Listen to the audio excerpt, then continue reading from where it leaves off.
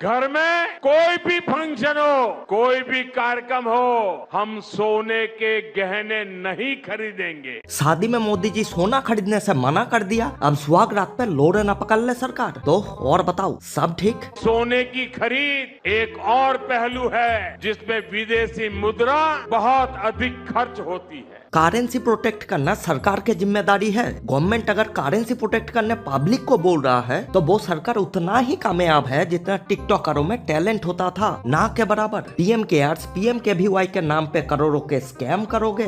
जब मैं छोटी चोरी करता था उस दिन अगर मेरी माँ ने रोका होता।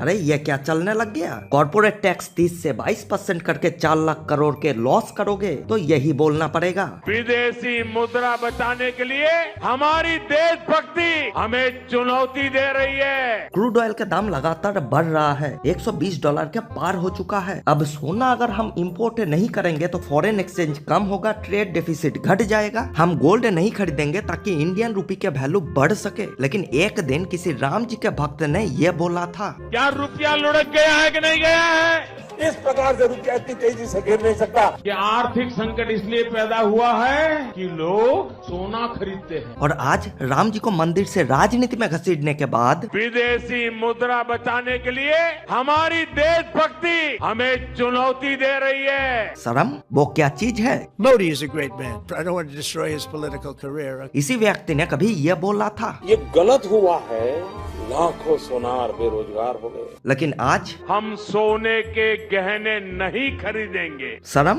वो क्या चीज है भोसरी के? या फिर नए जितने भी गोल्ड माइन के आविष्कार हुआ है वो अदानी को देना है। ये अदानी वो ही है जो ग्रीन एनर्जी में घुस देने के केस में $18 मिलियन के जुर्माना भरा था। फिर यूएस जस्टिस को $275 मिलियन के जुर्माना भरा। कुछ दिन पहले अदानी के ऊपर यूएस गवर्नमेंट ने 2-3 चार्ज लगाया था, लेकिन अचानक सारे चार्ज क्लियर हो गया। लेकिन बहनचोद अचानक नहीं हुआ। ईरान से हम तेल नहीं लेंगे क्योंकि यूएस ने मना किया है। Well, India has been a customer of Iranian oil in the past, and it has been stopped by India because of the US sanctions. अब समझ रहे हो भोसरी के? पेट्रोल डीजल की खरीद पर जो विदेशी मुद्रा खर्च होती है, पेट्रोल डीजल बचाकर हमें वो मुद्रा भी बचानी है। ये बोलने के बाद मोदी जी खुद निकला ओ गड्डी लेके लोगों के ऊपर जिम्मेदारी थोप के खुद अय्याशी कर रहे हैं। इतने सारे गाड़ियां ईवी के हो नहीं सकते, लेकिन फिर भी मान लेता हूँ ईवी के ही है। मानना नहीं चाहिए लेकिन मान लेता हूँ। लेकिन ईवी के जेट ये कैसे मान लूं? जहाँ अंध भक्तों ने ये फुटेज AI के बोल रहा है, वहाँ हमें ये मानना पड़ेगा कि जेट ईवी के है। 16 लाख करोड़ के इन्वेस्टमेंट कमिट करके मेक इन इंडिया बनाया, लेकिन लोगों के ये शेर चूहा बन के बैठा है। वैसे तो तुमको बोला जाएगा पेट्रोल डीजल का उपयोग कम करना होगा।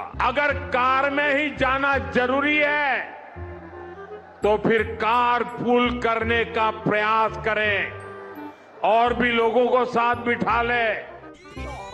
लेकिन इंडस्ट्री कैसे इंपोर्ट एक्सपोर्ट करेगा? अगर फ्यूल कॉस्टली हो गया या फिर रेयर हो गया तो कंपनी के प्रॉफिट घट जाएगा, महंगाई आ जाएगी, कर्मियों के सैलरी घट जाएगा, नौकरी चला जाएगा। तो सोचो, एक तरफ बेरोजगारी और दूसरी तरफ महंगाई, और दोनों गोलमाल के वो फ्लैट के दाम जैसे पल पल बढ़ रहा होगा। Work from home. अब जब काम ही नहीं रहेगा लौड़ा तो वर्क फ्रॉम होम के माचो देंगे। हम लोग वोट क्यों देते हैं? हिंदुस्तान में हिंदुइज्म को बढ़ाने के लिए। लेकिन एक बार सोचने की बात तो है।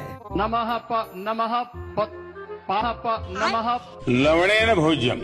इनके जुबान से ज्यादा वैल्यू मेरे बाएं हाथ का है। कम से कम धोने का काम तो आता है बहनचो। पहले मीडिया कुछ ऐसा था, लेकिन पेट्रोल के माँ की चूत कोई तुमको नहीं बताएगा कि 2014 से पहले क्रूड ऑयल मिलता था $105 से $107 में, और इस साल मार्च के पहले तक $60 से $65 में मिल रहा है। तो सोचो, तब दाम दुगना था लेकिन हमको मिल रहा था आधे रेट में। अब दाम आधा है लेकिन हमको मिल रहा है दुगना रेट पे। शायद 2 दिन बाद मिलेगा भी नहीं। तो चलो यार, इस वीडियो में इतना ही। अगर पसंद आया तो एक लाइक कर देना, चैनल को सब्सक्राइब भी कर लेना। और अगर पसंद नहीं आया या फिर मेरी वीडियो देख के तुमको अगर गुस्सा आने लगा है तो तुम अपने मोबाइल को नजदीकी दीवार में जोर से मार के तोड़ दो, क्योंकि तुम्हारी खुशी से बढ़कर कुछ नहीं है मेरे लिए। तो चलो यार, फिर मिलेंगे नेक्स्ट वीडियो में।